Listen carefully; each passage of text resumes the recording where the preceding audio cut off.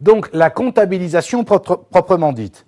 Si nous prenons le deuxième exemple, c'est-à-dire avec l'inventaire qui a lieu le 31 juin et la date d'échéance au 15-10. Regardez bien les écritures. Qu'est-ce qui se passe? À la date d'octroi, le 15-10N, on réception des fonds de l'emprunt 512 à 168. À la date d'inventaire qui suit l'obtention de l'emprunt. C'est, comme on a fait bien sûr, comme je le dis, le schéma, on ne peut pas se tromper, le 3006N, constatation des intérêts courus. Donc on passe l'écriture, 661 charges d'intérêt, à 1688, vous me suivez? À 1688, autrement dit, les intérêts courus sur l'emprunt. Le premier jour de l'exercice suivant, c'est-à-dire le 107 N plus 1, on contrepasse l'écriture de charges à payer que l'on a passée la fois d'avant. Ça va, vous me suivez? Et à l'échéance de la première annuité, c'est-à-dire dans cet exemple-là, alors le 15-10 ou le 14-10 ou le 16-10, je m'en fous, N plus 1, on va enregistrer 168 au débit pour le remboursement du capital de la première annuité, 661 pour les charges d'intérêt, inclus en totalité dans la première annuité, à 512 banques. Ça va, c'est clair pour tout le monde? À l'inventaire, alors je continue bien sûr, à l'inventaire au 3006 N plus 2. Donc l'année d'après, regardez ce que je fais pour vous montrer que ça continue. 661 à 1688 pour les intérêts courus lors du deuxième inventaire qui suit l'emprunt. Le premier jour de l'exercice suivant, la contrepassation. Et à la date d'échéance, ici, le 15-10 N plus 2, le remboursement de la deuxième annuité. D'accord? Alors, on va prendre un exemple chiffré, comme ça, ça sera encore plus clair, je l'espère. Un emprunt est effectué le 1,08N pour 2 millions, durée 15 ans, taux 8%, remboursement par annuité constante. Je demande, l'exercice commence le 1er avril de chaque année, et je demande, sinon c'est pas drôle, hein, bien sûr, présenter les 3 premières lignes du tableau d'amortissement et écriture en... Alors, vous voyez, faites bien la différence, hein, en N, N plus 1, N plus 2. Je n'ai pas demandé fin N plus 1, c'est-à-dire que là, je demande toutes les écritures qui s'y rapportent. Très bien. Première chose à faire ici, bien sûr, présenter le tableau d'amortissement, les 3 premières lignes, il faut d'abord calculer l'annuité constante, encore une fois, aucun souci, j'espère maintenant. Annuité K multiplié par I sur 1 moins 1 plus I puissance moins N, je l'applique, et j'arrive à une annuité de 233 000, etc., etc. On me demande les 3 premières lignes, d'accord, c'est pas la peine d'aller beaucoup plus loin. Il y a juste une petite remarque que je fais, je m'en aperçois d'un seul coup, et je vous prie de bien vouloir m'en excuser, vous qui l'avez sur vos feuilles, là, modifiez s'il vous plaît une date, regardez la date d'échéance, vous voyez? Vous savez ce que j'ai fait là? Je vais vous dire ce que j'ai fait. J'ai fait le tableau avant de faire le dessin. Oui, parce que moi, je suis trop bon par rapport à vous. Oui, ben voilà, résultat des courses. Voilà. Regardez bien, la première date d'échéance, c'est le 31-07, N plus 1 et pas N, je vous prie de m'excuser. Et après, c'est 31-07 N plus 2, 31-07 N plus 3. Donc, d'où c'est, allez, hop, tu repasseras en septembre. D'accord? OK? Parce que regardez bien maintenant, bien sûr, j'aurais dû vous le montrer avant, et là, ça aurait été plus clair. Si on fait le schéma, encore la même chose, d'accord? L'exercice, il commence ici en avril et il se termine donc en mars. On me dit que l'octroi de l'emprunt est le 1,08N.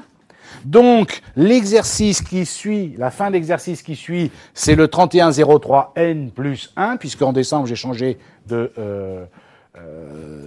date, et donc la première échéance a bien lieu, comme il est écrit, le pire, c'est sur le schéma, le 31-07 N plus 1, bien sûr.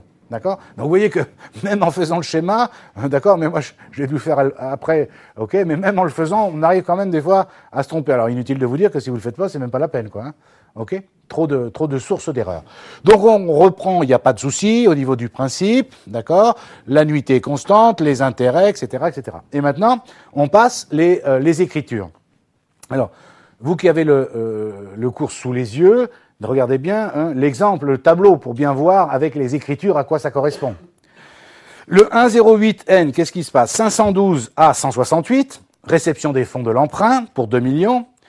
Le 31,03, qu'est-ce que c'est le 31,03N plus 1? C'est la date d'inventaire qui suit l'octroi de l'emprunt. Est-ce que vous êtes d'accord? Qu'est-ce qu'on a dit? On constate les intérêts courus. Donc 661 à 1,688, ça ne va pas vous étonner. Et regardez bien concrètement le montant. Qu'est-ce que je vous ai dit? Les intérêts, écoutez bien, les intérêts courus à une date égale les intérêts que l'on devra payer lors de l'échéance qui suit cet inventaire. Donc le 31,07 N plus 1 multiplié par le prorata temporis. D'accord? Donc 240 sur 360. Donc ça fait 106 000, etc., etc. Le 1,04, le lendemain, on contrepasse cette écriture. Donc 1,688 à 661. Très bien. Le 31,07, qu'est-ce qu'on paye? N plus 1, on paye bien la première annuité. Donc 661, la totalité des intérêts de la première annuité. Dans le tableau, ça fait bien 160 000. Le remboursement de l'emprunt de la première annuité, 73 000, etc., etc. À 512, le montant de l'annuité. Le 31,03 N plus 2, que se passe-t-il? C'est le deuxième inventaire. On va enregistrer, les intérêts courus. On va les calculer comment? Les deuxièmes intérêts courus? Le montant des intérêts que l'on devra lors de l'échéance qui suit.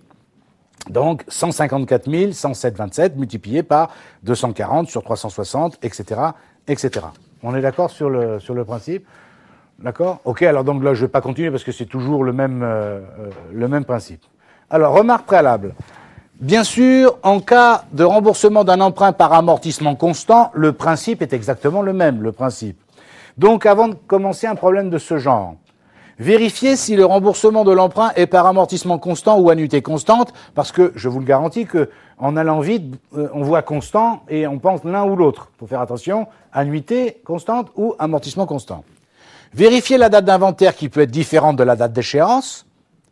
Faites le tableau d'amortissement, souvent inutile de le faire en entier, imaginez un emprunt sur 20 ans. Notez bien que quelle que soit la date d'inventaire et d'échéance, le tableau d'amortissement est établi de la même façon, donc dans le tableau, on note la date d'échéance et pas la date d'inventaire. Très bien. Ensuite, c'est remarque générale, hein. Si le taux est de 8% par exemple, alors 1 plus I, ça fait bien 1,08, David, et pas 1,8. D'accord? Enfin, attention à ce qui suit, cela vous servira très souvent. Dans un bilan après inventaire, le montant des intérêts courus est rajouté au montant de l'emprunt restant dû. Qu'est-ce qu'il dit? Eh oui, c'est quoi comme compte les intérêts courus? 1,688. C'est quoi le compte d'un emprunt? 168 par exemple. Dans un bilan, on regroupe, vous êtes d'accord, les comptes. Donc, qui commencent la même chose. Donc, dans un bilan, au passif, sur la ligne emprunt auprès des établissements de crédit, le montant qui apparaît égale, à l'intérieur, vous avez le montant du capital restant dû, ça c'est sûr, plus les intérêts courus. Ça y est, vous me suivez? D'accord? Ça nous servira en particulier lorsque vous ferez le cours de finance. Ensuite, dans un bilan avant inventaire, comme on a contrepassé les écritures d'intérêts courus, ceux-ci ne sont donc pas inclus. Si c'est un bilan avant inventaire, comme au début de l'inventaire, au début de l'exercice, qu'est-ce qu'on a fait? On a contrepassé les intérêts courus de la dernière fois. Mais donc, il n'y a plus d'intérêts courus. Qu'est-ce qu'il dit? Je ne comprends rien. J'ai fait un emprunt le 1er décembre. Vous me suivez? Regardez bien. J'ai fait un emprunt le 1er décembre. N. L'inventaire a lieu le 31 décembre. N. Le 31 décembre N, je suis obligé de passer les intérêts courus. Donc, 661 à 1,688, je dis n'importe quoi pour 10 000. Vous me suivez? Imaginons que l'emprunt qu'on ait fait soit de 100 000. Ça veut dire que dans le bilan au 31/12 après inventaire, ça y est, vous me suivez? Dedans, il y aura combien? 110 000. les 100 000, le compte 16, plus 1 688 de 10 000. Ça va, vous me suivez? D'accord. Regardez bien ce que je fais après. Le lendemain, je contrepasse l'écriture. Qu'est-ce que je fais? 1 688 à 661 pour combien? 10 000. Ben, il reste combien dans le montant de l'emprunt? 100 000, donc les intérêts courus ne peuvent pas y être, si j'ai contrepassé l'écriture. Ça y est, vous me suivez? C'est ça que je veux dire. Et d'ailleurs, vous allez voir, l'incidence sur le bilan des écritures liées aux emprunts. Alors, rappel, dans un bilan, il apparaît le solde des comptes. Première illustration. Je reprends le cas précédent, un emprunt est effectué le 1,08N pour 2 millions, durée 15 ans, taux 8%, remboursement par annuité constante, l'exercice commence le 1,04 de chaque année. Eh bien, si vous reprenez les écritures, regardez bien. Le bilan au 31,03 N plus 1 avant inventaire. Avant inventaire. Ben, avant inventaire, au passif, emprunt auprès des établissements de crédit. Le principe, c'est qu'il y a le solde des comptes 16 plus 1,688. Là, il y a 2 millions. 2 millions seulement. Il n'y a pas les intérêts courus. Pourquoi il n'y a pas les intérêts courus? Ben parce que c'est avant inventaire. Je n'ai pas passé l'écriture encore. Par contre, au 31,03 N plus 1 après inventaire, là, le montant qui apparaît dans le bilan, ce n'est plus 2 millions, mais 2 106 666 67. C'est-à-dire le solde du compte 16 au départ, plus les intérêts courus, c'est-à-dire 160 000 fois 240 sur 360. Ça va, vous me suivez?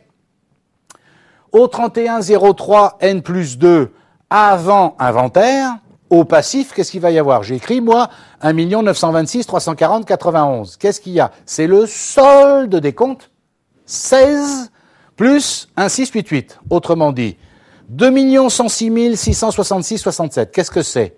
Le solde au 31,03 N plus 1 après inventaire, moins les 106 666 67, la contrepassation du 1,04 N plus 1, et moins l'amortissement qui a eu lieu lors du paiement de la première annuité, c'est-à-dire 73 659,09.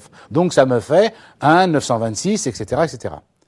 Et si je fais le bilan au 31,03 N plus 2, mais cette fois-ci après l'inventaire, combien il y a? Ben, la somme qu'il y avait avant l'inventaire, plus les intérêts courus lors de cette deuxième inventaire, c'est-à-dire 154 117,27, les intérêts que je devrais payer lors de l'échéance qui suit l'inventaire, celui-là, multiplié par le prorata temporis. Deuxième illustration, si vous disposez du bilan après inventaire du 31,03, annexe N plus 1, vous savez que l'emprunt a été émis le 1,08 N-1 et que l'exercice a commencé le 1er avril, durée de l'exercice 15 ans. Remboursement par annuité constante, valeur nominale de l'emprunt 2 millions. Donc voilà ce que je voulais dire concernant le cours sur les emprunts. J'espère que vous aurez mieux compris après ce cours qu'avant, en tout cas je l'espère. Et bien entendu, il faut s'entraîner sur quelques cas pratiques parce que ça ne s'invente pas. Surtout, vous avez compris, le problème est que lorsque la date d'échéance ne coïncide pas avec la date d'inventaire. C'est là où il faut faire très attention. Merci de votre attention. À bientôt sur Comptable TV. Au revoir.